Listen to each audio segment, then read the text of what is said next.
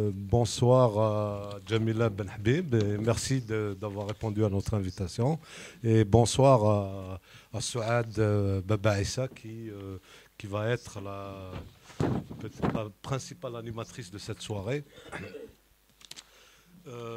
qui va présenter tout à l'heure Jamila Ben Habib et puis qui va lui poser un certain nombre de questions. Et faire même un petit portrait d'elle comme elle sait si bien les faire.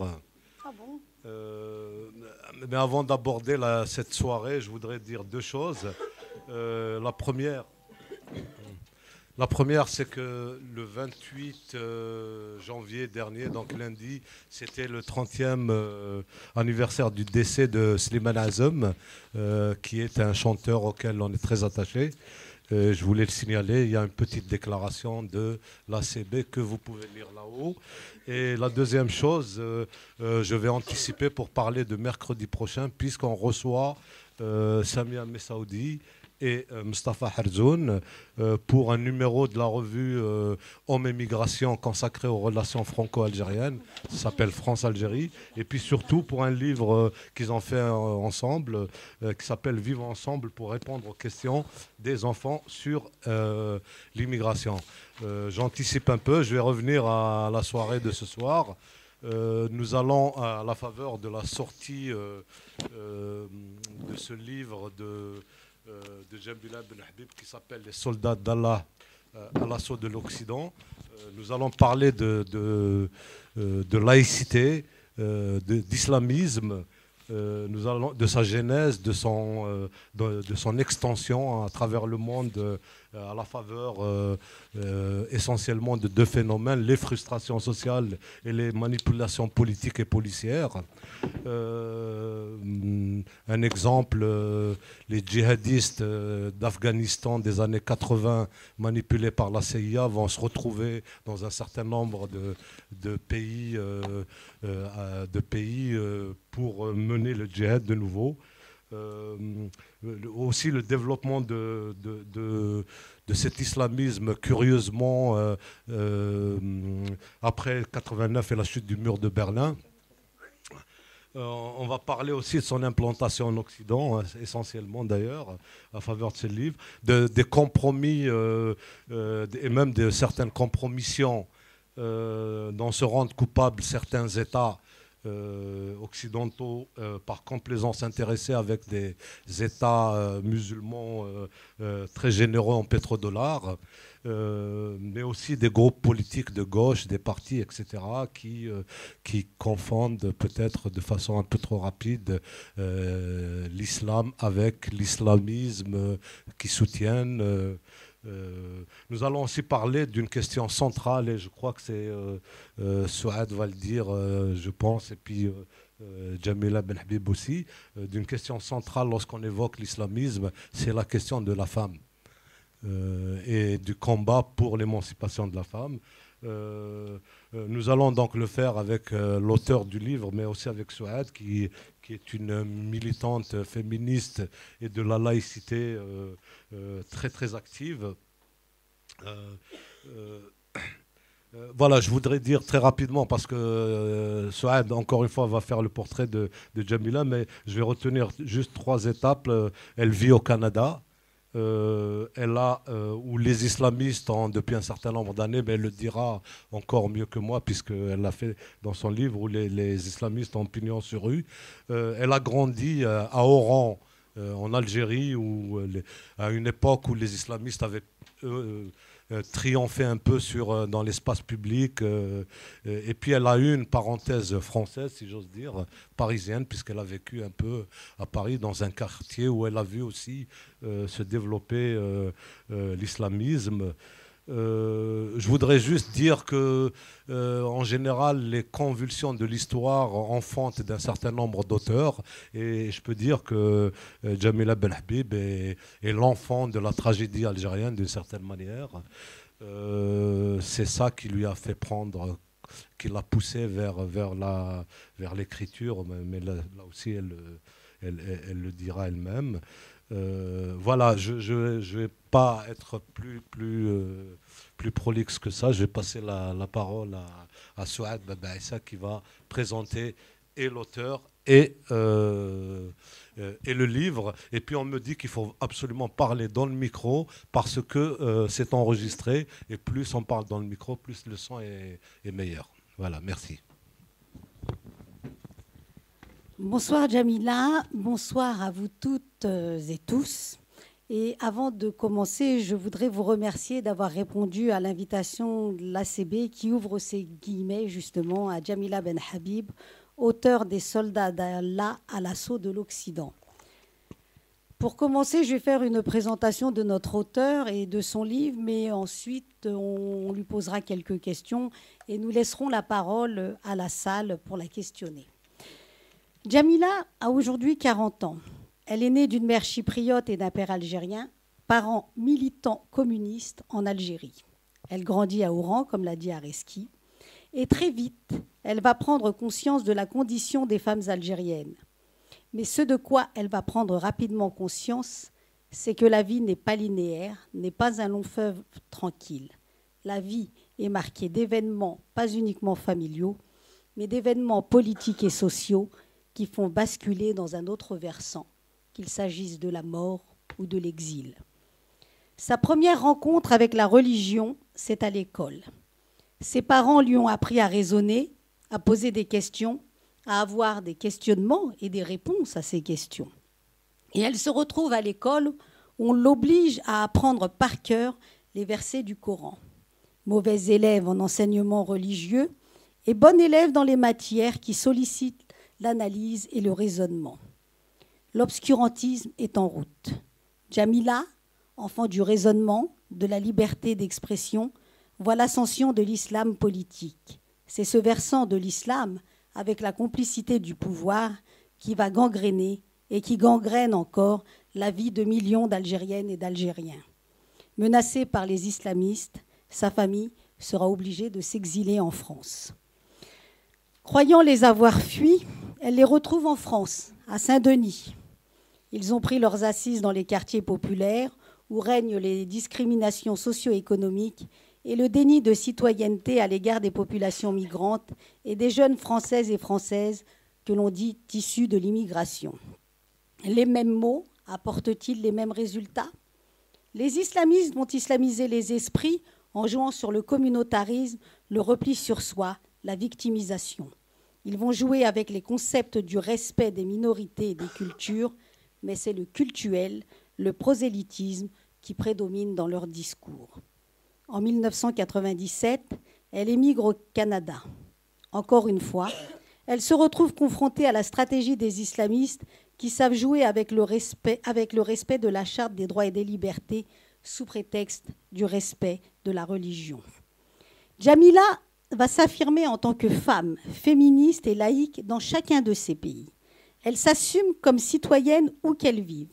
Et c'est grâce à son vécu, à son regard de femme, qu'elle se distingue dans son engagement à l'égard de la laïcité.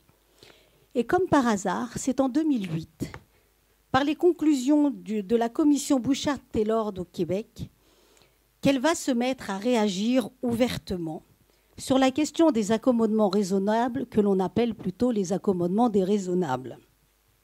Sur la régression de cette société multiculturaliste qui préconise des passe-droits aux communautés au nom de leur religion. Et elle critique ouvertement les deux commissaires. D'ailleurs, on retrouve ces critiques dans son livre « Ma vie à contre-courant » en 2009, son essai autobiographique où elle écrit « Ces islamistes qui revendiquent benoîtement les auspices du respect de la religion et du droit à la différence pervertissent l'idée de la démocratie. Qu'on se le tienne pour dit, il ne s'agit pas là de liberté individuelle, mais de prosélytisme, d'intégrisme, de fascisme vert.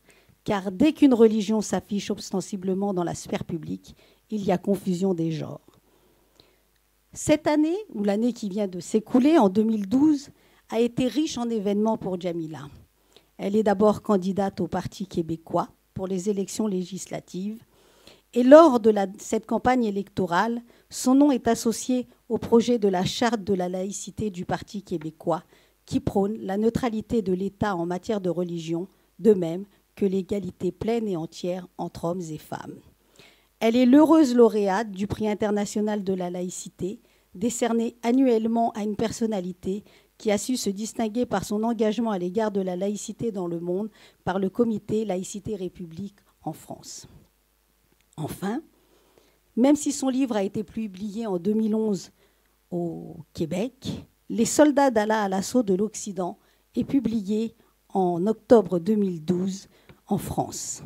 Il est préfacé par Yvette Roudy et elle vient de publier au Canada Le Printemps des femmes. Il faut savoir que son livre Les soldats à l'assaut d'Allah sera présenté la semaine prochaine à Béjaïa, le 9 février, au Centre culturel de Béjaïa.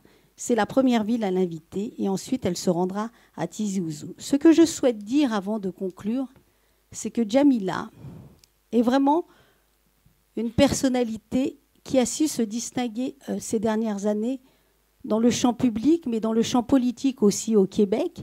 Et je pense que la portée de ses interrogations et de son engagement est à l'image de ce qu'elle est. C'est une femme qui n'a pas la langue de bois. C'est une femme qui ne s'économise pas dans son engagement pour la laïcité et pour l'égalité entre les femmes et les hommes. Et je suis très heureuse que nous l'accueillons ce soir. J'espère que ce portrait est complet. Djamila, ou si tu as des choses à ajouter. Alors, merci beaucoup. Merci pour la sympathique invitation. Je suis en effet non seulement très heureuse d'être ici, mais je suis aussi très émue parce que en fait mon rapport, je pense, à la cause berbère remonte à très très loin. Je peux dire que j'ai pas vraiment de filiation sanguine avec cette région d'Algérie, mais j'ai plutôt une filiation affective. En ce sens que de tout temps, j'ai aimé cette région, d'abord pour ce qu'elle a produit, pour ce qu'elle incarne, et aussi pour son engagement en faveur de la démocratie en Algérie, et pour tout ce qu'elle m'a apporté à réfléchir en matière d'identité et d'altérité.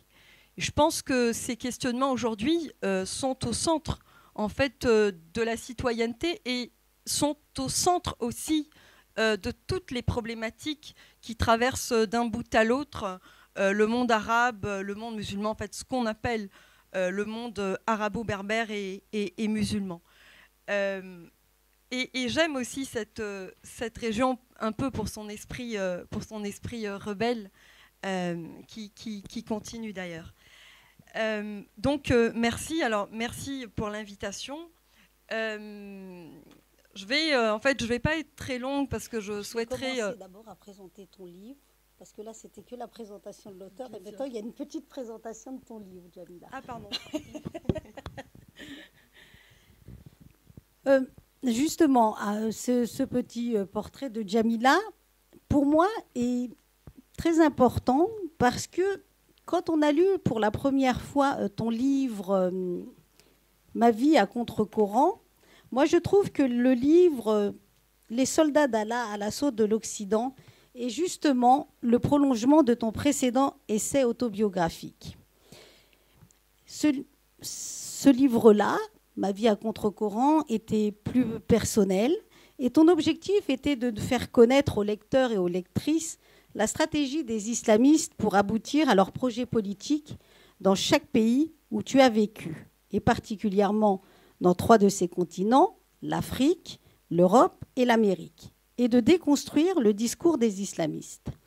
Parce que la stratégie est la même dans chacun de ces continents, islamiser les esprits pour gagner le pouvoir, pour grignoter des places dans les institutions politiques, de jouer en trompe-l'œil et d'utiliser les outils des démocraties au nom du respect des minorités, du respect des cultures et au nom de la charte des droits et des libertés, comme on l'a vu au Québec. Dans Les soldats à l'assaut de l'Occident, tu présentes une réflexion sur la laïcité qui est le fruit de ton cheminement et de ton expérience dans chacun de ces 3 pays, que ce soit l'Algérie, la France et le Québec. mais c'est aussi une analyse des rapports entre l'État et la religion, et comment les appétits politiques des organisations politico-religieuses, des extrémismes religieux, sous couvert de ce sacré, de cette religion, peuvent fragiliser, ébranler, changer le destin d'un pays ou d'un peuple. Et de plus, ton livre, et Yvette Roudy le dit très bien dans sa préface, est un véritable appel à la réflexion politique et à la réflexion sur les différents appétits économiques, les différentes compromissions politiques, les différentes collusions qu'il existe entre le politique et le religieux, et que tu nous forces à nous poser les vraies questions face à l'idéologie de l'extrême droite, mais à l'idéologie de l'extrémisme religieux quand il s'installe dans la sphère du politique. Et l'axe central sur lequel tu nous mènes à travers ton regard et ton expérience, c'est celui de nous amener vers la question primordiale des droits des femmes dans ces sociétés, et où l'égalité entre les hommes et les femmes est bradée au nom du respect des cultures, au nom du respect des libertés, des cultures et de la religion et du sacré, mais surtout où en plus on va contrarier, détourner, bafouer, je vais même dire violer, je vais utiliser un mot violent, mais je vais dire on va violer la laïcité dans ces différents pays occidentaux. Parce que si la laïcité n'existe pas en Algérie au nom de l'article 2 de la Constitution algérienne, en tout cas en France, la laïcité est dans l'article 1er de la Constitution, et que même si le Québec reste un pays séculier, le principe de la séparation du politique et du religieux existe quand même.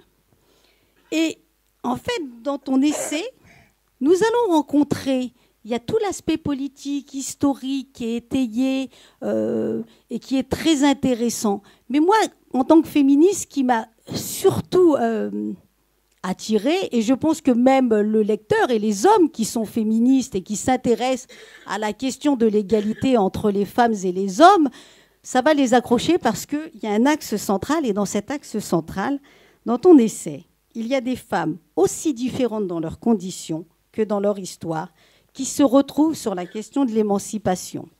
Qu'elles soient figures de proue du combat pour cette émancipation, symbole ou contre-symbole du fait qu'elles soient victimes de la barbarie humaine par des hommes qui s'appuient sur les préceptes religieux fondamentalistes. Et c'est comme ça qu'on y retrouve Kulthum, cette diva égyptienne qui va pourtant se marier plusieurs fois et qui va même, elle, divorcer de ses maris. On va retrouver Ouda Sharawi, la première féministe égyptienne, née en 1879 et en 1947, et qui va être une figure de proue de l'émancipation des femmes au nom du droit à l'éducation, du dévoilement, de la remise en cause de la polygamie.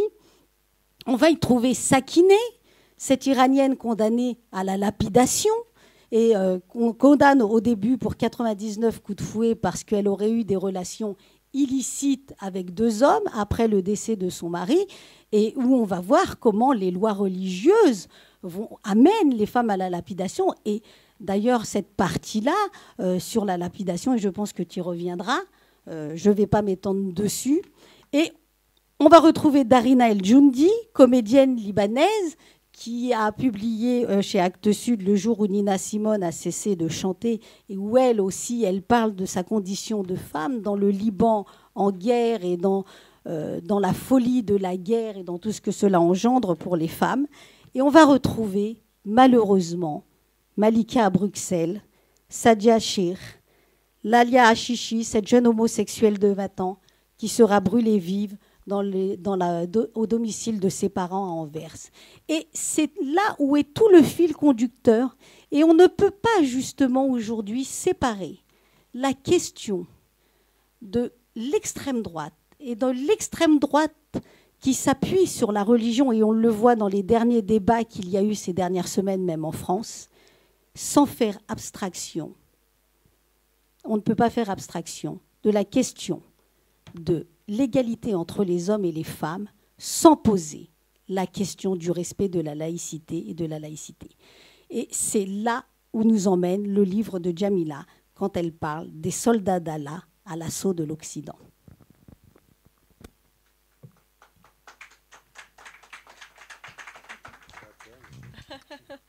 Bon, alors cette fois-ci, c'est la bonne.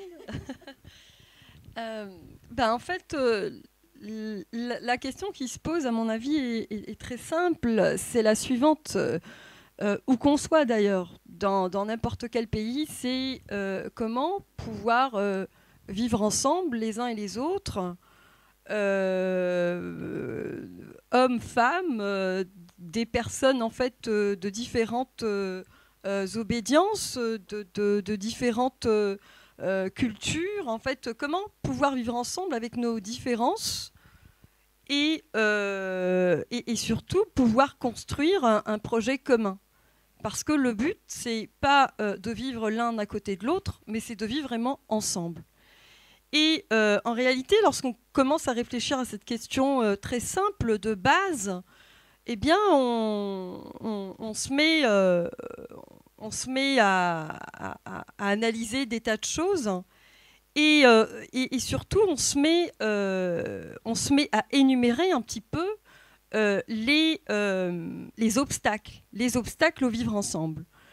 Alors, bien sûr, les obstacles au vivre ensemble, il y en a énormément. Il y en a qui peuvent être d'ordre social, d'ordre politique, d'ordre culturel. Il y en a énormément. Et en fait, l'idée, c'était pas de réfléchir sur chacun de ces éléments, mais c'était plutôt de réfléchir sur un élément en particulier que moi, je connaissais un petit peu. D'abord, pour l'avoir vécu, pour l'avoir subi en Algérie, c'est en fait l'islam politique. Et quand on élargit en fait l'islam politique, c'est les intégrismes religieux. Et donc en fait le premier obstacle à mon sens du vivre ensemble, c'est vraiment les intégrismes religieux. Alors bien sûr, il y a d'autres obstacles qui font obstruction au vivre ensemble, par exemple le sexisme, le machisme, l'homophobie. Donc tout ça, c'est en réalité, c'est des vecteurs qui s'appuient sur des façons de concevoir le monde, sur des façons de concevoir la société qui me semblent extrêmement dangereux. Et en fait, l'idée en fait, de mon premier livre, Ma vie à contre-courant, c'était de voir en fait, comment ce que l'islam politique est arrivé à progresser en Algérie, dans un pays tout de même où il y avait eu un début d'une certaine sécularisation, un début démocratique, où il y a des choses intéressantes qui avaient été faites, et à un moment donné, ça a basculé. Alors, l'idée, c'était de voir comment ça a basculé, pourquoi ça a basculé, et surtout, quoi faire pour que ça ne bascule plus. Lorsque donc, j'ai quitté l'Algérie, je me suis d'abord installée en France et par la suite au Québec. Je peux dire que je me suis heurtée aussi à une forme d'islam politique. Que ce soit en France ou que ce soit donc au Québec, les islamistes donc étaient présents d'une façon différente et ils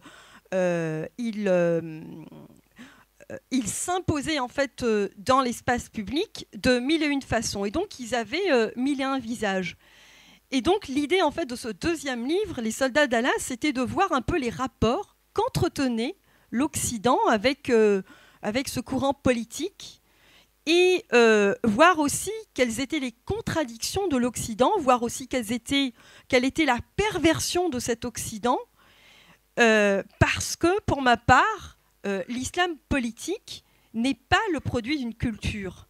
Il est surtout le produit d'une conjoncture politique, en ce sens qu'il y a des facteurs politiques, économiques, sociaux qui expliquent cette montée de l'islam politique. Et ce qui est intéressant de voir, c'est quand on quand on regarde en fait l'évolution des sociétés, c'est vraiment de réaliser à quel point, par exemple, le référent donc cultuel était quelque peu superficiel à un moment donné de l'histoire et devient de plus en plus important et de plus en plus imposant.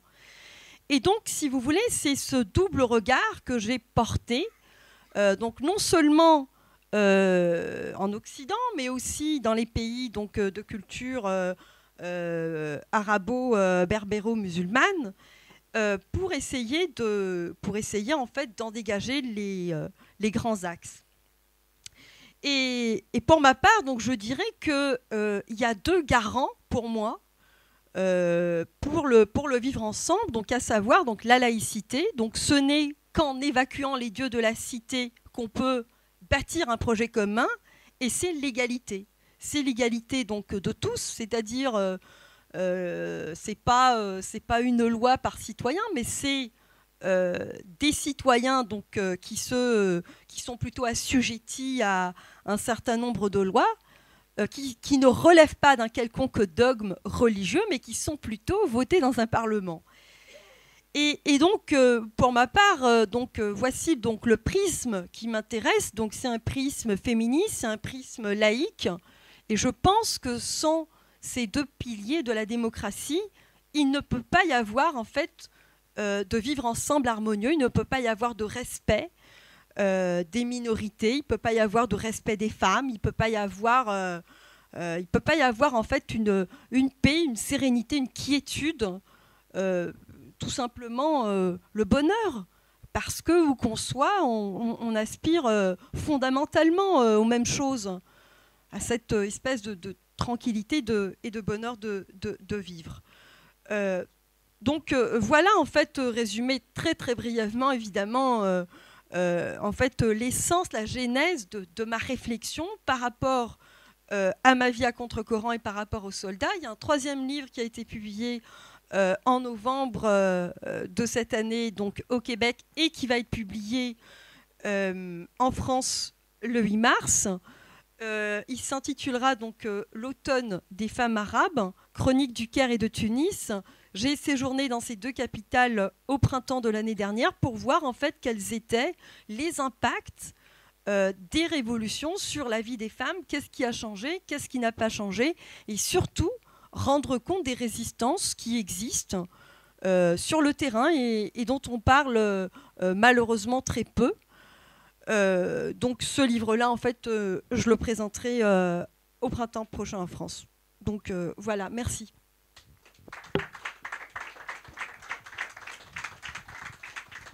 Voilà, alors on va faire circuler un micro. Vous pouvez poser des questions, faire des réflexions, émettre des opinions, mais je vous demanderai d'être court, s'il vous plaît, de telle sorte à permettre au maximum de gens de prendre la parole. Voilà.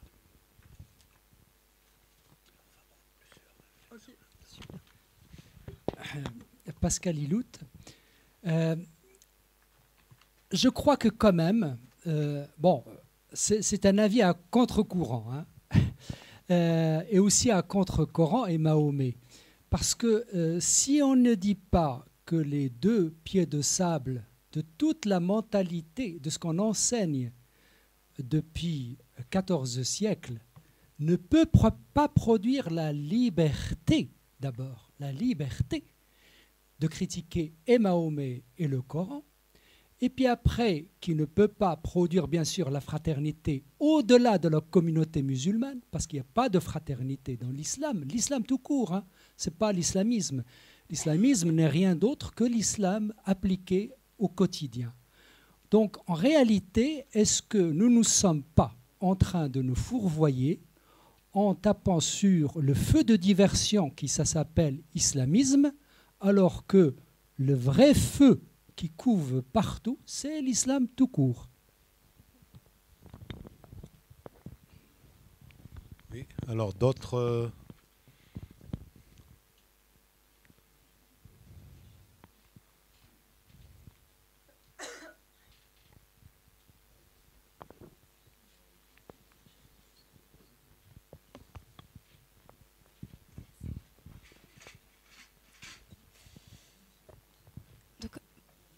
Donc bonsoir. En fait, c'est très bien qu'il y ait eu la première intervention parce que je voulais justement parler un petit peu de ce qui concerne la religion, surtout de la place de la religion, surtout en Algérie. Moi personnellement, je pense que l'islam, c'est surtout issu d'une dynastie de religion totalitaire. C'est comme ça, c'est que les religions monothéistes, il faut croire en Dieu, etc. C'est vraiment, si on l'applique effectivement toutes les religions monothéistes à la lettre, donc c'est un peu la catastrophe. Après, si on dévie vers la spiritualité, c'est autre chose, c'est personnel. Moi, je considère, étant profondément laïque, je pense que la religion, c'est personnel. Et après, je veux dire, effectivement, l'application même, étant donné que la définition du monothéisme, c'est de croire en un seul et d'adorer un seul Dieu, effectivement, l'application politique, effectivement, c'est un peu compliqué. Après, ce qui concerne, moi, je pense sincèrement qu'il y a une question importante en Algérie, surtout, c'est la place des déistes, des agnostiques et des athées qui existent. Moi, j'ai fait l'école algérienne, on m'a dit tu es arabe, tu es musulmane. Et moi, je suis effectivement de culture musulmane, mais je suis issue d'une famille déiste.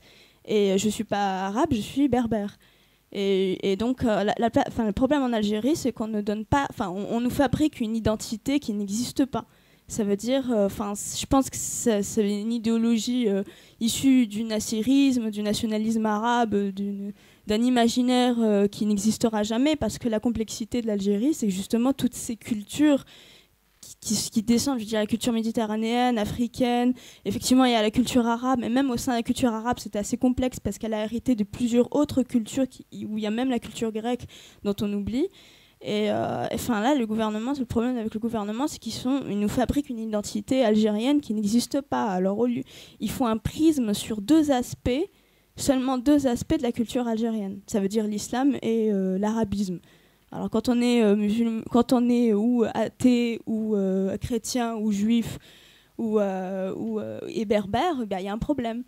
Donc voilà, c'est une réflexion c'est une question qui me tient un petit peu à cœur parce que quand j'ai fait l'école algérienne, je me suis pas retrouvée. J'ai récité des citations du Coran par cœur sans même savoir ce que ça voulait dire. Voilà. Après, je pense aussi que ça descend aussi du gouvernement algérien depuis très longtemps, déjà, depuis l'indépendance. Et donc voilà. D'autres? Oui, le monsieur. Oui.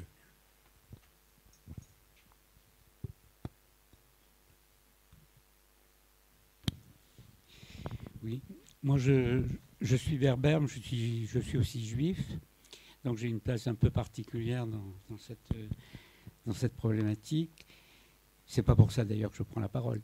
Enfin, j'ai relu quelques passages de votre premier livre, Jamila, et j'ai été frappé par une chose, c'est que vous parliez d'une enseignante très sévère qui maniait la baguette et qui faisait réciter donc les sourates, etc., et qui n'admettait pas qu'on ne sache pas le faire. Mais il y a aussi tous les commentaires qu'elle faisait à côté. Ce n'était pas simplement la lecture du Coran, c'était aussi tous ces discours idéologiques où elle condamnait les mécréants et les juifs, etc., c'est-à-dire tous les commentaires. Et j'étais frappé par le fait, Boualem Sansal aussi m'en avait parlé, c'est-à-dire que ces discours qui ont imprégné les enfants, même tout jeunes, pas simplement à travers le Coran qu'on leur enseignait et qu'on leur faisait réciter, mais aussi à travers tout ce qui était dit autour de devoir faire le djihad, d'aller combattre les mécréants, les juifs, etc. Et je crois que ça, c'est très important. En tout cas, j'avais pas, la première fois à la lecture de votre ouvrage, je n'avais pas remarqué, je l'avais pas. Mais je crois que c'est une question importante. C'est pas simplement le Coran, c'est aussi tout ce qu'on en fait au niveau de l'enseignement des tout jeunes et l'impact que ça peut avoir par la suite. Oui. D'autres réactions? Une dernière avant de... Bon, voilà, tu as déjà trois axes.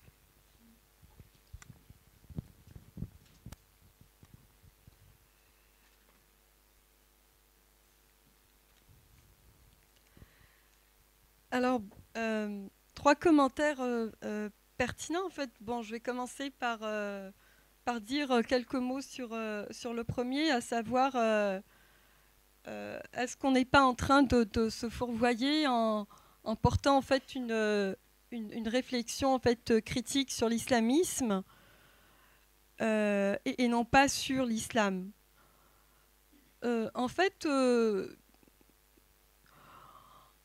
c'est intéressant comme question et en réalité, l'un n'exclut pas l'autre.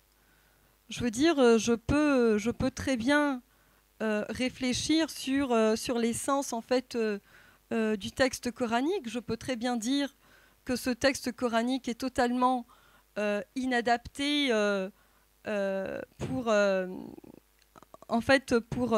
l'époque dans laquelle on vit. Je peux bien dire d'autres choses à propos du prophète. Et puis, ça va nous avancer en quoi ? Certes, c'est une réflexion philosophique intéressante et il faut le faire. Il faut critiquer, faut pas s'empêcher de porter une réflexion critique. Et je l'ai fait d'ailleurs dans mes livres et je le réitère aujourd'hui. Mais pour ma part, il ne s'agit pas pour moi seulement de critiquer en fait l'essence de ce texte, mais il s'agit d'aller vers quelque chose de beaucoup plus intéressant, à savoir comment, je me pose la question, comment ce que ma société, en fait, la société dans laquelle j'ai grandi pendant près de 20 ans, comment se fait-il eh bien, qu'à un moment donné, elle était ouverte et qu'est-ce qui a fait qu'elle devienne de moins en moins ouverte et qu'est-ce qui a fait qu'elle devienne de plus en plus fermée à l'autre, donc fermée à l'identité, fermée à la pluralité, fermée à l'altérité. Et en fait, c'est pour ma part, c'est ce questionnement qui est extrêmement intéressant parce que là, on commence à rentrer dans quelque chose d'un peu plus sérieux, qui est le politique, qui est le social, qui est le culturel et qui est l'éducation. Donc à ce moment-là, il y a tout un champ qui s'ouvre à nous et il y a des tas de réflexions en réalité qu'on peut avoir. Alors c'est là qu'on s'aperçoit très vite que, en effet, il y a une instrumentalisation du fait religieux. Le fait religieux n'est plus religieux, il devient soudainement politique. Il devient soudainement un outil totalement préfabriqué qui va préfabriquer une certaine identité non pas ouverte, mais une identité exclusive, c'est-à-dire qu'on exclut l'autre qui ne nous ressemble pas. Et moi, je trouve, en fait, moi, autant qu'intellectuel, c'est ce que je trouve intéressant. Je trouve que c'est intéressant de réfléchir sur ces questions-là. Et je rejoins en fait le témoignage de la deuxième intervenante qui dit bon ben moi je me retrouvais pas dans cette école et ainsi de suite. Mais la chose est que il y a plein de petits Algériens, il y a plein de petites Algériennes qui ne se retrouvaient pas dans cette école. Et je pense en réalité que c'est terrible en réalité ce qui est arrivé à l'Algérie parce qu'on s'est rendu compte que il y avait des gamins d'à peine 20 ans qui étaient capables, eux, d'assassiner des poètes, d'assassiner des dramaturges, d'assassiner des journalistes. C'était des gamins qui ont pris des armes pour assassiner en fait en quelque sorte la beauté et l'intelligence de la société algérienne. Et c'est là où, à mon sens, on a raté quelque chose de très important, c'est de pouvoir consolider un système éducatif, un projet de système éducatif rationaliste, ouvert et universaliste. Donc il ne peut y avoir de citoyenneté sans une éducation ouverte à l'autre, et il ne peut y avoir de vivre ensemble harmonieux que s'il y a une éducation citoyenne. Voilà, donc ça me semble une évidence, mais en fait, moi, quand je me suis rendu compte que des petits camarades qui avaient partagé avec moi les bancs de l'école sont devenus, eux, terroristes, eh bien, ça fait vraiment froid dans le dos. Ça fait froid dans le dos parce qu'on se dit, voilà un pays qui avait tout pour réussir, voilà un pays qui avait tout pour produire une société intéressante et qui a raté le coche et qui aujourd'hui est loin de pouvoir le rattraper parce qu'on s'éloigne de plus en plus des canons modernes de la rationalité dans cette école algérienne. Et là, je vais élargir sur d'autres pays donc, arabes et musulmans que j'ai eu l'occasion de visiter, sur lesquels j'ai eu l'occasion de travailler. Il me semble qu'il n'est pas banal que cette expérience-là des étudiants en théologie en Afghanistan, au Pakistan, ait abouti aux talibans. C'est tout de même hallucinant de voir à quel point l'instrumentalisation du religieux peut rendre fou au point où on puisse interdire le rire, fou au point où on puisse interdire la musique, par exemple. Donc, je conclurai avec ça. Donc, c'est exactement la même chose en Égypte. C'est le cas de plus en plus dans des pays comme le Maroc, comme la Tunisie, par exemple. Aujourd'hui, il y a des tas de sous qui sont déversés en Tunisie pour justement orienter le système éducatif vers un système plutôt religieux. Donc, encore une fois, pour résumer, ça me semble important de réfléchir en fait vraiment sur le système éducatif comme il se doit. Alors, d'autres réactions? Donc, Azul Flaon, bonsoir à toutes et tous. Peut-être une remarque. Je reviens d'Algérie, je suis revenue il y a à peine 3 semaines à peu près. Et donc j'ai vu, moi qui l'ai quitté il y a à peine 11 ans, l'avancée de l'islamisme, mais à une vitesse extraordinaire, même dans les villages les plus reculés de cette région que vous aimez tant, en fait, qui est rebelle et qui tend, j'ai l'impression, à rentrer un peu dans les rangs et de plus en plus. Je voulais aussi faire une réflexion sur le fait que quand on, comme vous, comme moi, comme la personne, la demoiselle qui a témoigné juste derrière moi tout à l'heure, on est toutes les trois le produit en quelque sorte de l'école algérienne. On a, pour ma part aussi, appris par cœur les versets du Coran. Après, je pense qu'il y a aussi une question, mais ça rejoint aussi pour comprendre un peu pourquoi l'islamisme en est arrivé là, à tout un tas d'imbrications du social, de l'économique, des problèmes qui sont intrinsèquement liés. On peut avoir été dans cette école-là, avoir appris le Coran par cœur, même pour ma part, n'avoir jamais rejeté ce genre d'enseignement, avoir grandi dans des familles où l'islam était présent, où les gens sont pieux, font la prière. J'ai toujours vu mes grands-parents faire la prière, mes oncles, ma mère. J'ai grandi dans cette ambiance-là. Mais cette époque-là était une autre époque. On ne vous imposait rien, on ne parlait pas de religion. Ce n'était pas un sujet de discussion.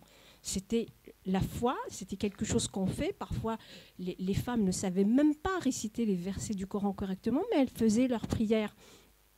On pouvait grandir dans ce genre de famille et finir quand même par se poser des questions, parce qu'on a, ce qui me concerne personnellement, peut-être la chance d'avoir rencontré aussi des gens qui vous ouvrent un peu les yeux, peut-être des lectures qui vous ouvrent les yeux, et un système éducatif, mine de rien, à cette époque-là, dans la fin des années 70-80, qui n'était pas le système éducatif d'aujourd'hui. En tant qu'ancienne syndicaliste dans l'éducation nationale, j'en sais quelque chose parce que ça a été une bataille j'allais presque dire perdu d'avance, d'essayer de réformer le système éducatif parce qu'on avait compris à l'époque que c'était là où était le problème, c'était dans l'éducation qu'on donnait à ces petits Algériens, qu'on préparait à devenir pas des citoyens, mais des gens qui pouvaient dire oui à tout.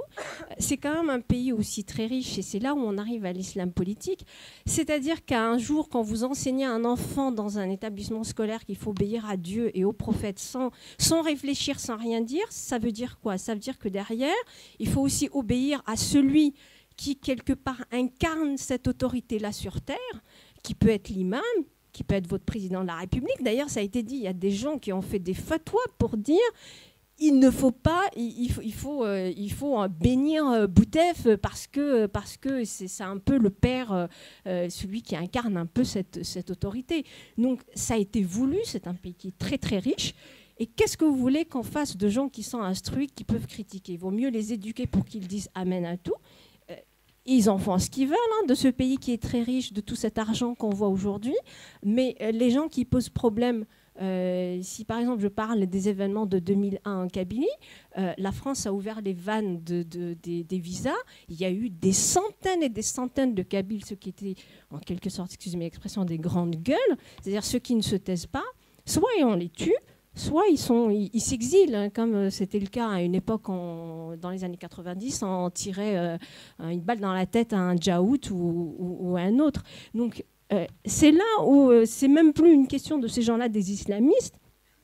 Quand vous voyez ceux qui sont des pourvoyeurs de fonds comme l'Arabie Saoudite, comme le Qatar, quand vous voyez comment vivent leurs femmes ou comment elles se comportent, ça n'a rien à voir avec la religion. C'est-à-dire, ce n'est pas des gens qui pratiquent la religion.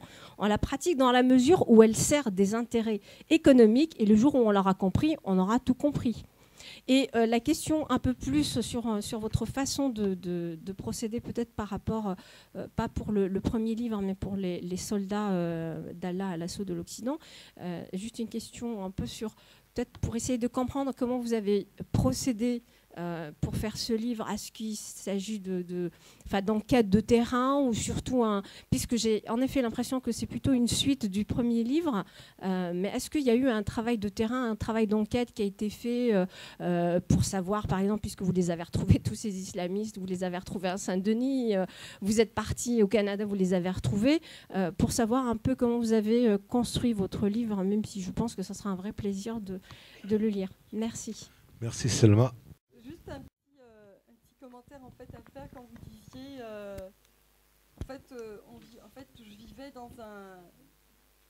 je vivais plutôt dans une famille, dans une société où bon le référent en fait cultuel n'était pas si important que ça. Et en fait ça m'a fait penser à une amie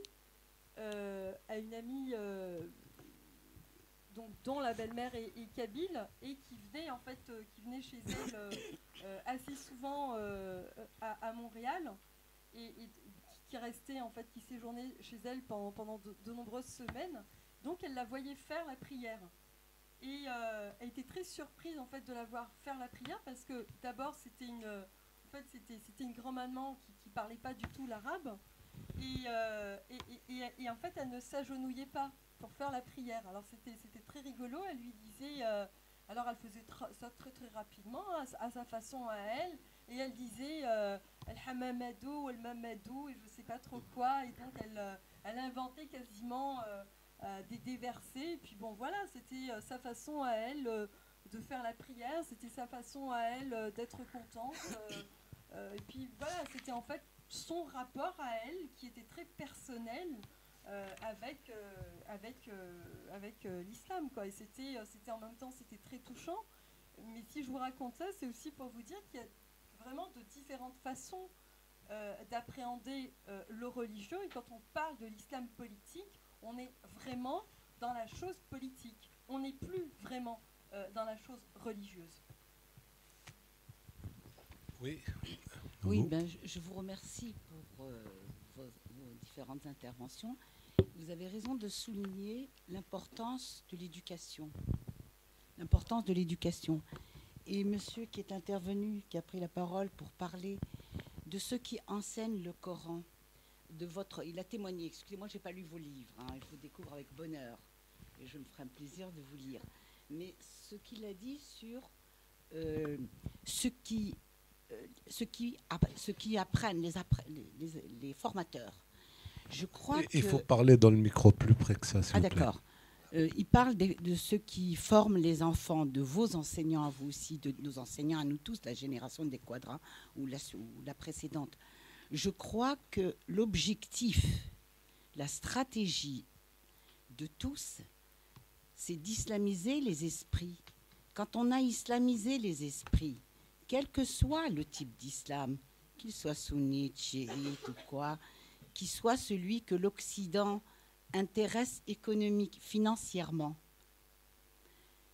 Une fois qu'on a islamisé les esprits, le reste est facile parce que ceux qui enseignent ce qui enseigne en gros, ce n'est pas uniquement l'enseignement religieux, l'apprentissage du Coran, c'est aussi l'enseignement de la maternelle jusqu'aux universités, jusqu'au monde du travail. Je crois que l'objectif, c'est de former des personnes à une espèce... D'abord, ils sont formés à une pédagogie de la réflexion, de la répétition. Elle interdit la réflexion. Et quand quelqu'un, je ne sais plus quel intervenant, a parlé de ces montagnes de Kabylie, c'est la même chose au Maroc, de ces montagnes reculées, où les gens ne parlent pas un mot d'arabe, mais en revanche, font les génuflexions, prient, mais assis, là, pas le contraire de votre... Donc, je crois que... je regrette pas avoir lu vos livres, mais la question que je vous poserai, c'est la suivante. Vous avez vécu, vous avez un témoignage en France, un témoignage, bon, dans votre pays d'origine, Algérie, France, Canada. Les Canadiens sont peut-être beaucoup plus ouverts que la société, enfin, que la France, hein, je ne connais pas très bien, mais le peu de contact que j'ai avec les Canadiens me permet de parler. Est-ce que vous ne croyez pas que,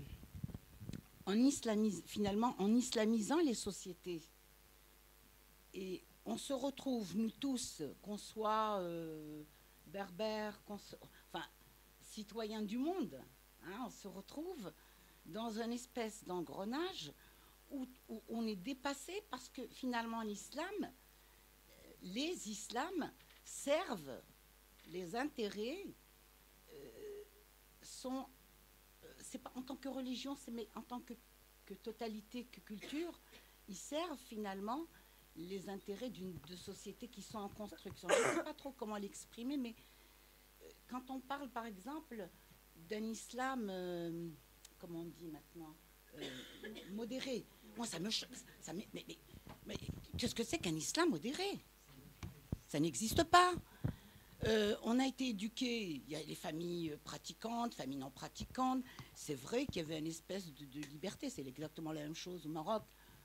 Ce que vous avez dit, votre témoignage sur votre société algérienne, par exemple, dans la société, je pense qu'elle doit être aussi peut-être en Tunisie un peu pareil, il y a une espèce de... On a éduqué, on a islamisé la société, on a introduit une éducation religieuse, à dominante religieuse, qui fait que c'est difficile de parler d'islam soft, d'islam modéré, ça n'existe pas. Et donc, je crois que vous avez raison d'écrire ce livre, Les soldats d'Allah. Moi, ça me rappelle, il y a une secte.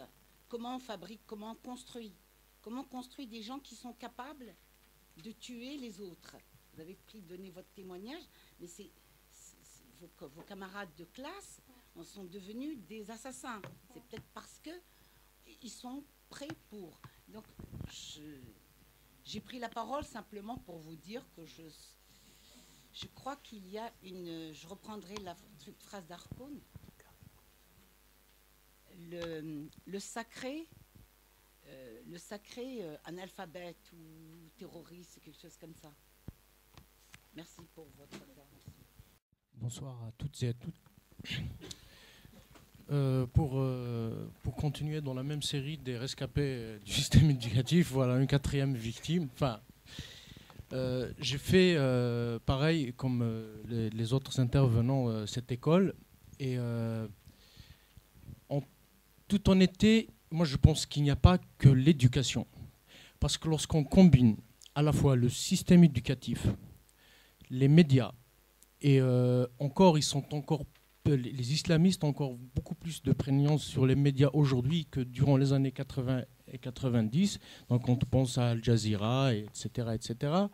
Quand on pense aussi qu'il va y avoir quelque chose qui va venir encore compléter l'effet de ces deux leviers, c'est-à-dire la mosquée, le fameux congrès hebdomadaire.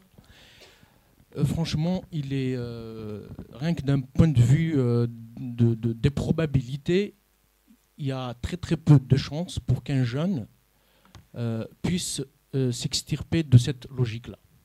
Moi, témoignage personnel, moi j'ai dû mon salut à la présence dans mon village d'une activité politique militante. C'est un fief du RCD où donc les militants travaillaient beaucoup pour la laïcité. C'est issu d'une famille lettrée, mais pas forcément idéologisée, communiste ou tel. C'était la présence de ce travail politique qui m'a extirpé de cette hégémonie, quoi. Pourquoi je cite ce témoignage parce qu'aujourd'hui, le progressiste, dans cette partie du monde, la rive sud de la Méditerranée en l'occurrence, n'a ni médias, ni de quoi agir sur le système éducatif qui est une politique publique, donc pouvoir, tout ça. Il y a un travail à la fois associatif, un travail politique qui est important de mener. Moi, je me rappelle de ces jeunes qui ont mené ce travail.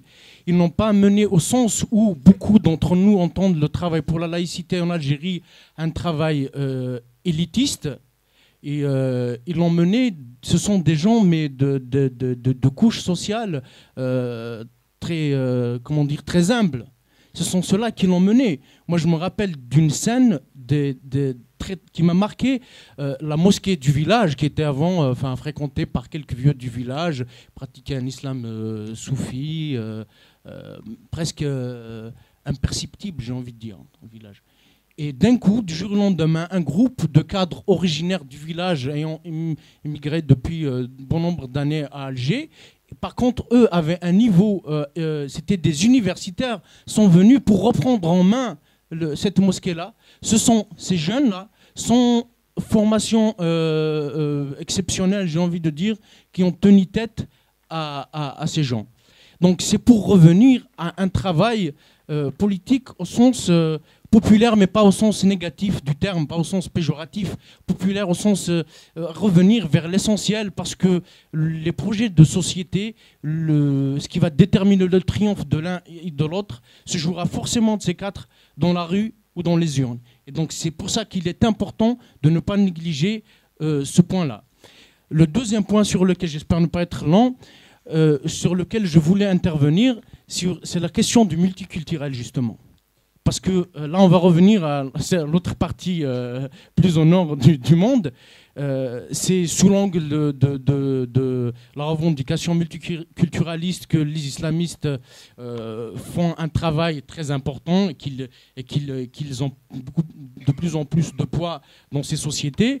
Mais dans le culturel, qu'est-ce que le culturel, mais pas au sens philosophique.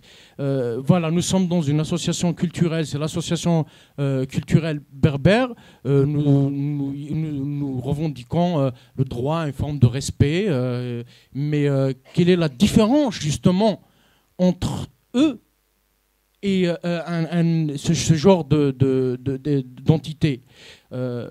Moi, j'ai des pistes, en toute humilité. C'est parce que il faut démasquer ces gens. Ces gens ne portent rien de culturel. Ce sont les agents d'un hégémonisme politique, bien sûr, qui est basé sur un projet totalitaire, comme l'a souligné tout à l'heure l'intervenante. Je vous remercie. Oui. Alors, à partir de maintenant, je vais demander à ce qu'on soit un peu plus bref, s'il vous plaît, parce qu'il ne va pas nous rester beaucoup de temps. Donc, Bonsoir. Je suis malheureusement pas arrivée pour pouvoir assister au débat, mais le sujet m'interpelle. Je suis, pour reprendre un peu l'expression des jeunes filles, le produit de la société amazigh, marocaine, française. On est un peu perdu dans ces multiples identités. J'ai grandi en France. Pour moi, la religion est une affaire personnelle. Je n'aime pas trop utiliser le terme religion, j'utilise plutôt le terme spiritualité. C'est un dialogue entre l'individu et son créateur, du moins pour ceux qui sont croyants. Je suis musulmane. Et c'était un combat pour moi, tel que je l'ai vécu dans ma famille, de pouvoir se retrouver entre la religion, la culture aussi, parce qu'on est berbère, donc on a plutôt été, on va dire, conditionné à la fois par une identité culturelle et une identité religieuse. Et j'ai plus ressenti ce conditionnement de la religion ici en France, dans ma famille, qu'au Maroc, par exemple. Quand je vais dans mon village, la religion c'est pas la religion qui régit en fait la vie quotidienne. C'est plutôt la culture. Donc c'est un combat pour nous, en tout cas en tant qu'issus de l'immigration, de pouvoir trouver sa place et de pouvoir trouver où est la vérité. C'est vrai que vous parlez d'instrumentalisation de la religion.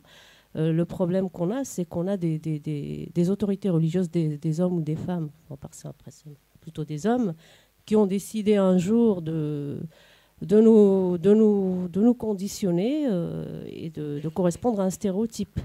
Donc, moi, j'en suis arrivée aujourd'hui à la conclusion que la religion, c'est une affaire personnelle, qu'on ne devrait pas l'utiliser pour forcer les individus à adopter une idéologie. Voilà, je vous remercie. Personnellement, c'est vrai que moi, je suis profondément athée. Je suis née sans religion. Et dès que j'ai affaire à quelqu'un qui vient d'Algérie ou qui vient de... Je suis toujours confrontée à ça. Soit j'ai des gens qui s'étonnent parfaitement que je puisse être née sans religion, sans être baptisée ni rien.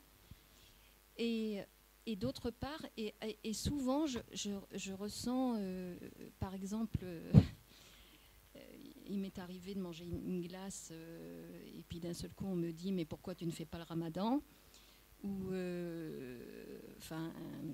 un beau jour. Comment ? Enfin bon, ou des choses comme ça, mais c'est vrai que je ressens ça tellement prégnant dans ces pays-là que ça me fait épouvantablement peur et que je n'ai même pas envie d'y aller et d'y mettre les pieds. Je ressens en tant que femme, c'est tout ce que j'avais envie d'exprimer. Bon, sinon je ne vais pas parler pendant des heures. Voilà. Je crois qu'il y a une question qui a été posée, à savoir est-ce que le problème c'est l'islam ou l'islamisme, et puis Areski avait dit qu'il fallait faire la différence entre les deux. Je ne sais pas si la solution elle est dans une de ces deux options, parce que d'abord il ne faut pas croire que la critique de l'islam, aussi éclairée soit-elle, soit nouvelle. Il y a eu des critiques même depuis longtemps, et y compris d'ailleurs dans le monde arabo-musulman et le vrai, c'est-à-dire au Moyen-Orient. Où l'on a considéré que l'islam, même pour des écoles religieuses, le Coran était incréé, par exemple. Ça a été un débat dans le monde musulman, ça. Et puis par la suite, il y a eu d'autres critiques. Il y a qu'à relire Voltaire, etc. Donc cette critique-là a été déjà faite. Donc si elle suffisait, ça se saurait depuis le temps. S'il suffisait de critiquer les fondements coraniques pour régler le problème de l'islamisme et des problèmes politiques que cela pose, eh bien, on n'en serait pas là aujourd'hui. Je crois d'ailleurs, effectivement, et cela a été dit, que le problème, si on s'intéresse vraiment au texte, c'est le monothéisme qui pose problème. Ce n'est pas seulement le Coran ou la Bible ou je ne sais quoi, ou l'Ancien Testament, le Nouveau, etc. Donc, à mon avis, la différence entre l'islam et l'islamisme, c'est le contexte social qui la donne. Ce n'est même pas le texte. On peut voir comment fonctionne l'islamisme aujourd'hui dans des banlieues. On peut regarder comment fonctionne l'islamisme dans certains pays du tiers-monde et on a la réponse. Alors qu'à d'autres moments, l'islam était vécu autrement.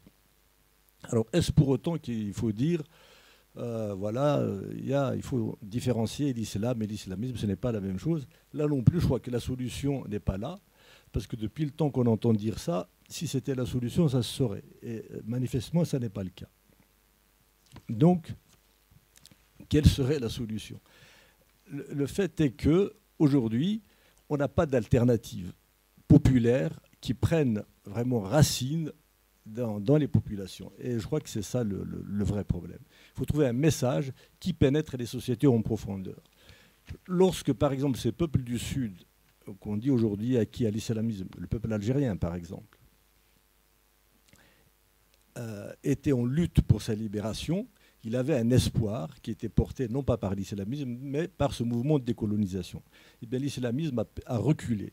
Si vous lisez par exemple le congrès fondateur du FLN, la plateforme de la Soumam, c'est un texte qui paraît à des années-lumière en avance par rapport au texte que peut produire aujourd'hui le FLN. De la même manière, lorsque le marxisme également portait les espoirs des plus démunis, l'islamisme ne prenait pas dans ces contrées-là. Mais aujourd'hui, l'islam apporte des réponses. Je ne dis pas qu'elles sont bonnes, mais il apporte des réponses et qui fonctionnent. Et c'est ces questions, à mon avis, qu'il faut se poser. C'est pourquoi elles fonctionnent. Donc il faut pouvoir trouver un discours alternatif. Dans ce que vous avez dit, je parle à l'auteur, là, dans l'Algérie d'aujourd'hui, il est symptomatique que les deux seules villes que vous avez évoquées, donc vous allez présenter votre livre, ce sont deux villes de Kabylie, si j'ai bien entendu, c'est Béjaïa et Tizi Ouzou. Pourquoi? Parce que malgré tout, il y a... Hein? Mais pas seulement. Oui, pas seulement. Parce que, en tout cas, les régions qui échappent à l'emprise au niveau populaire de l'islamisme, c'est effectivement cette région-là. On peut le déplorer, mais c'est comme ça. Parce qu'il y a un discours alternatif, ne serait-ce qu'au niveau identitaire. Hein. Il y a un discours alternatif qui prend un peu dans les masses populaires. Le problème, donc, c'est pas... Si on se contente de poser des questions, cela dit, il faut se les poser, il faut critiquer. Je pense qu'il est très important de critiquer, y compris les textes religieux, peut-être même surtout d'ailleurs. Mais il faut savoir simplement que ça ne suffit pas si on ne se contente pas de proposer autre chose. Dans le mouvement national, quand Farhat Abbas se posait des questions sur qui était l'Algérie, qui étaient les Algériens, Ben Badis a apporté une réponse. Et elle a fait beaucoup de dégâts. Et elle continue d'en faire. Je ne dis pas qu'elle est bonne, mais voilà.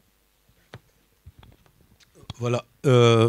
Alors, je vais me permettre aussi de participer au débat, hein, parce que surtout que Hand m'a interpellé d'une certaine manière, mais je voulais en parler depuis que Pascal Iliout avait fait cette différence entre islam oui, ou plutôt à évoquer. Et moi, je suis bien d'accord que cette réponse de distinguer les deux est ce que j'appelle une réponse de démocrate algérien.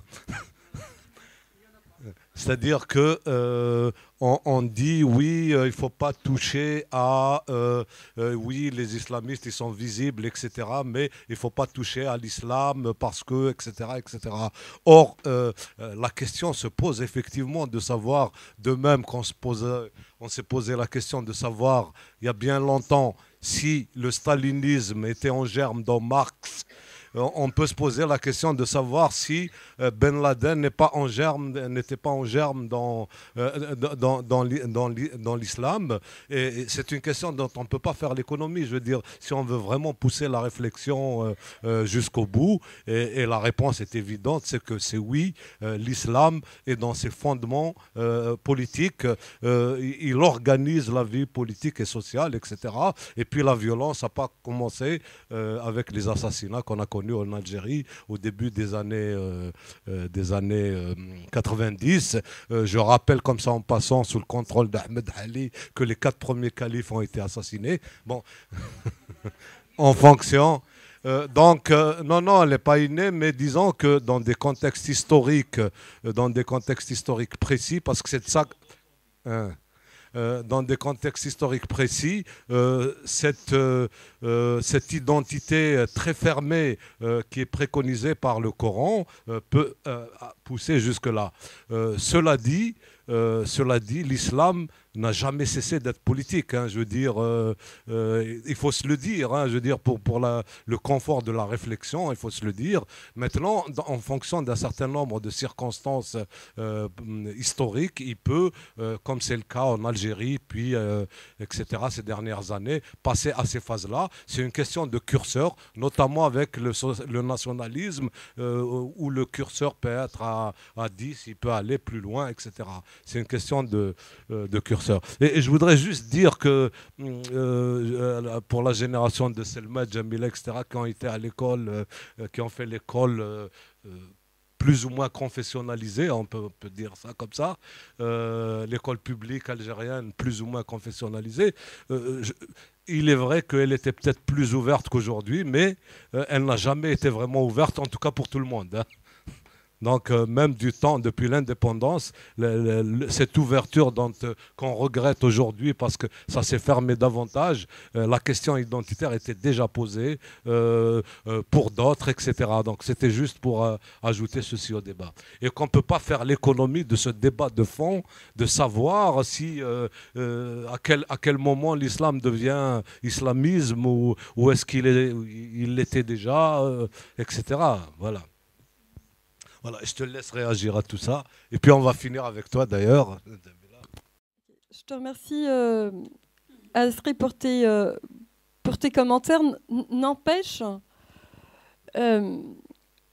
que je me pose toujours la question à savoir comment est-ce que ce pays, par exemple, comment est-ce que la Tunisie a pu produire des génies tels que Tahar Haddad, qui était lui un théologien, qui était lui donc un savant musulman, hein, on peut l'appeler ainsi, et qui pourtant avait un regard extrêmement critique par rapport à sa religion, qui avait pourtant un regard universaliste par rapport aux problématiques sur lesquelles il réfléchissait. Donc c'est pour ça que moi je suis honnêtement assez mal à l'aise avec ce prisme essentialiste, parce que j'estime que de tout temps, d'ailleurs depuis le 7e siècle, il y a eu des gens qui ont pensé la chose religieuse et des gens qui ont pensé l'islam différemment.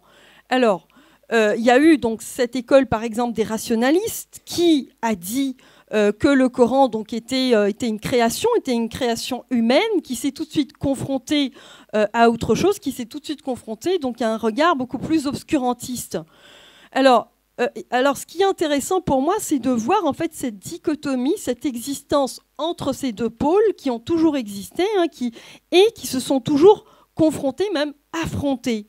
Et bien sûr, la suite, on la connaît, elle est plus dramatique, bien évidemment. Le courant obscurantiste a des longueurs d'avance, et le courant obscurantiste, en raison d'une conjoncture particulière, va gagner du terrain de plus en plus. Ça, c'était tout simplement une petite parenthèse que je voulais faire. Et je rajouterais que, bien évidemment, mais bien entendu, je veux dire, les musulmans sont face à de grands défis. Soit ils regardent la vie, la réalité telle qu'elle s'offre à eux, et soit ils posent un regard critique par rapport au texte coranique, et surtout, ils se disent, ils mettent donc une frontière entre ce qui est de la vie publique, politique, et ce qui est donc de la vie religieuse, soit ils rattraperont jamais le train de l'histoire. Je veux dire, c'est une évidence. Les universités les plus avancées dans le monde ne sont pas les universités des pays musulmans, bien que ces pays-là, bien que plusieurs pays musulmans aient de l'argent à ne savoir que faire, et c'est leurs universités en fait caracolent dans le bas des palmarès. Donc il faut se poser la question. Alors il y a, je pense, une réforme nécessaire à avoir, il y a un regard lucide à se poser, et il y a des responsabilités à prendre. Il y a une responsabilité historique que les musulmans doivent prendre, parce que tout de même, lorsque les gens assassinent, on assassine au nom de ce livre qui est le Coran. Donc, il faut qu'il y ait de plus en plus, à mon sens, de gens qui se démarquent par rapport à cette démarche et qui apportent des propositions et des perspectives. Alors, il a été dit que bon, l'alternative, en fait, il n'y a pas d'alternative populaire, il n'y a pas de quoi d'autre? Là, je lis autre chose. Oui, alors l'islam apporte des réponses. L'islam apporte des réponses peut-être, mais est-ce que l'islam apporte les bonnes réponses? Ça, je ne le pense pas. Demandez aux Égyptiens ce qu'ils pensent de leur gouvernement. Demandez aux Tunisiens ce qu'ils pensent de leur gouvernement. Demandez à ces deux peuples, est-ce qu'ils ont les réponses à leurs questions? Est-ce qu'ils ont des réponses à leurs besoins? Moi, j'ai été extrêmement surprise de la distanciation que plusieurs gens très simples, en réalité, dans les rues de Tunis et du Caire, faisaient à l'égard des frères musulmans, à l'égard de Nahda et à l'égard des frères musulmans. Les gens sont vraiment dans un esprit critique par rapport aux frères musulmans, qu'ils soient en Égypte ou qu'ils soient en Tunisie. Et d'ailleurs, en pourcentage du vote, les frères musulmans ont eu beaucoup moins pendant les élections présidentielles que pendant les élections législatives. Donc, je ne dis pas que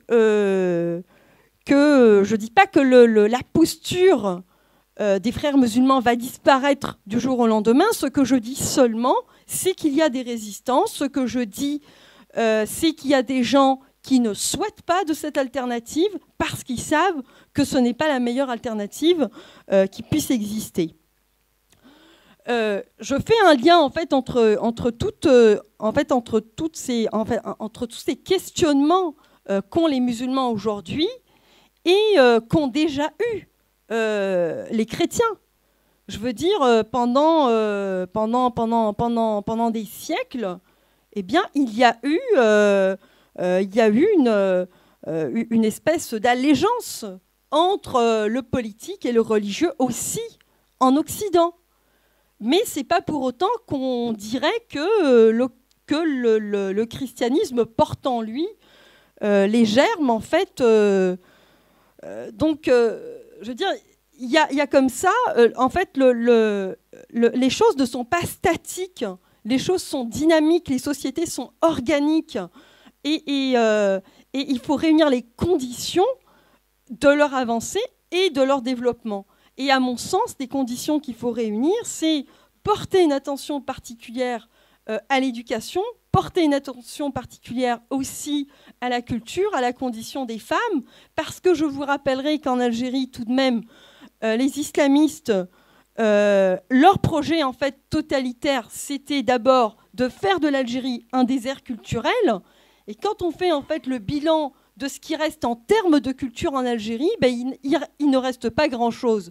Donc les premières en fait victimes de l'islamisme, ça a été tous ces auteurs, tous ces penseurs, tous ces intellectuels, tous ces artistes qui en réalité nous rapprochaient du monde, qui en réalité nous racontaient aussi au monde et qui nous faisaient sentir qu'on faisait partie du monde. C'est en cela que l'identité, en fait, ne doit pas être quelque chose, une entité exclusive, mais plutôt porter l'individu vers quelque chose de plus grand, c'est-à-dire vers l'universel. Tout à l'heure, il y avait un monsieur qui se posait la question à savoir quelle est la différence entre l'identité, je pense, islamique et l'identité berbère. Ben, me semble-t-il, l'identité berbère, elle ne vous empêche pas d'aller vers quelque chose de plus grand qui est l'universel. L'identité islamique, elle est totalitaire parce qu'elle veut se démarquer toujours et constamment de tout, et elle est totalement appauvrissante et abrutissante. Donc on est dans la négation de l'autre. Et l'universel, ce n'est pas la négation de la spécificité. L'universel, ce n'est pas la négation de l'identité. Bien au contraire, c'est en tenant compte de notre identité qu'à un moment donné, on devient pluriel. Enfin, c'était juste une parenthèse que je voulais faire. Et voilà, je pense que j'ai fait le tour des questions. Tout à l'heure, il a été notamment question de l'école et en fait de ses enseignants. Je pense que moi, en fait, le but de ma réflexion, c'était surtout pas de trouver des coupables, c'était surtout pas de trouver des boucs émissaires, c'était surtout pas de pointer du doigt des enseignants, parce que de toute façon, c'est pas du tout, je les considère pas comme étant responsables d'une plus grande tragédie d'ailleurs qui les dépasse, mais c'était tout simplement d'illustrer une situation donnée, car on s'entend que bon, ils ne portent pas en eux la responsabilité de cette dérive absolument inouïe qui a frappé l'Algérie à un moment donné. Alors pour revenir donc sur les soldats, en fait, comment ce que j'ai fait donc ce livre, je l'ai fait à travers beaucoup de lectures, à travers beaucoup de voyages, à travers des va-et-vient en fait incessants entre plusieurs pays. Donc en fait c'est tout ça que je restitue dans le livre, entre ce qu'il y a en fait des choses plus personnelles et des choses peut-être plus analytiques, plus historiques, plus politiques. Donc c'est ce va-et-vient qui est constant. Quoi d'autre? Je pense avoir fait le tour. Des questions. J'espère ne pas en avoir oublié. Je pense pas.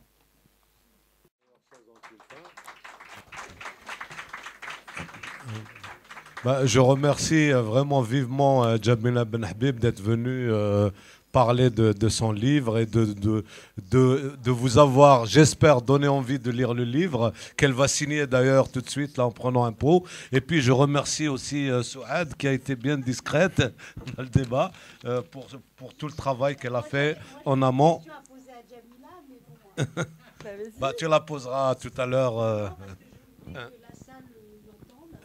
Moi, la question que je posais à Jamila, parce que un peu dans le revers de sa conclusion, et un peu par rapport à ce qu'a dit Karim sur les forces progressistes.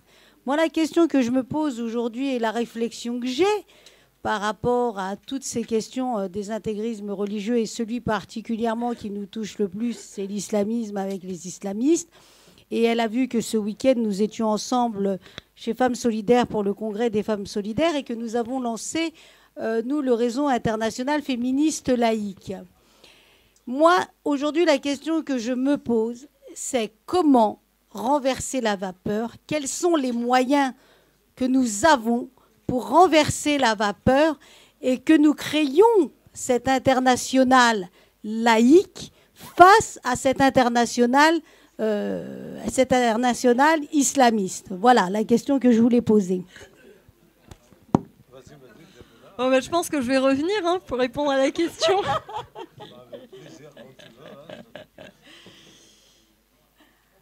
Écoutez, je pense qu'il n'y a pas de baguette magique, il n'y a pas de mystère. Pour ma part, seule l'implication citoyenne compte et seule l'implication citoyenne est garante en fait d'un vivre ensemble harmonieux. C'est pour ça que faut se battre pour des valeurs, faut se battre pour des principes. Alors maintenant, je pense que chacun peut formuler le moyen avec lequel il peut se battre. Pour ma part, moi, ce qui m'anime, c'est cette bataille pour l'égalité, cette bataille pour la laïcité. Cette bataille aussi pour tout simplement pour un vivre ensemble où chacun de nous puisse trouver sa place, puisse être heureux, puisse s'exprimer aussi dans sa complexité, dans sa pluralité. Ça me semble assez essentiel, et où que l'on soit d'ailleurs. Il ne s'agit pas de dire ce sont des batailles qui sont circonscrites dans une région de la planète. Mais je pense que, moi, je circule un petit peu entre les deux rives et entre les océans. Et bon, je sens vraiment ce besoin qui est de plus en plus grand parce que, de toute façon, l'ensemble des intégrismes religieux est menaçant et menace en fait le vivre ensemble. Voilà. Merci beaucoup. Merci beaucoup, Jamila. Merci. Au revoir, à la prochaine.